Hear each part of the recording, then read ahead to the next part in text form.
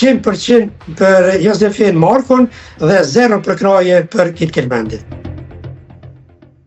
Para mendoni ta marrim të kundërtën, sikur ta hote ai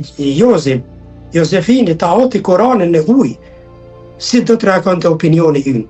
Edhe pse nuk na lidh neve asgjë me atë libër, se fundit Kurani është libër, jetesë është një testament për arab, jo për ne, por megjithatë, para mendoni në këtë fryrje të islamit politik,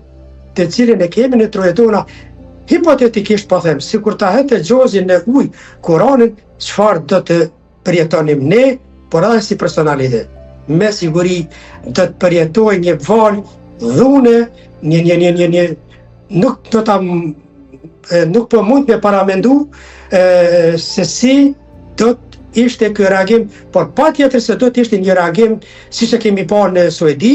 ku janë sulmuar institucione shtetërore, policia, gjyqësia,